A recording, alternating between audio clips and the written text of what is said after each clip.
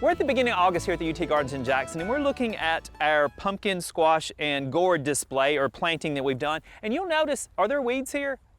Virtually none. It's because we've used this landscape fabric. And so after we prepared the soil, we wrote out the landscape fabric, we left a little slit down the middle, and we planted our plants or direct seeded plants into that. And we also, you'll see there's drip irrigation here. So we ran that drip right down the middle, and that helps, of course, water the plants, but also keeps from losing evaporation from overhead irrigation. The other thing the landscape fabric does, and using the drip, also helps about disease problems because you don't have the splashing of water on the foliage if you're overhead watering, and really helps with the different diseases that you might have in the soil itself. So this is a great method. You can also use this for tomatoes, for okra, for peppers, so other vegetables as well, not just pumpkins, gourds, and winter squash.